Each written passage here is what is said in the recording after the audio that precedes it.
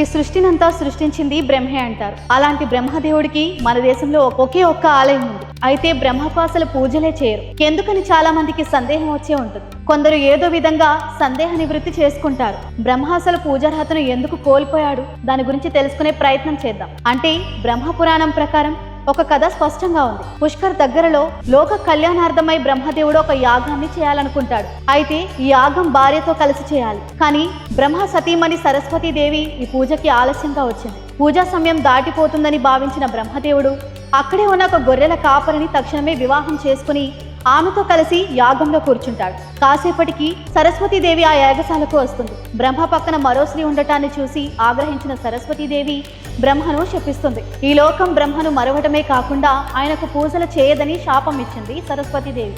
సరస్వతీదేవిని శాంతించాలంటూ అక్కడున్న దేవతలంతా కూడా కోరారు. శాపం ఇచ్చాక వెనక్కి తీసుకోవటం కుదరదు.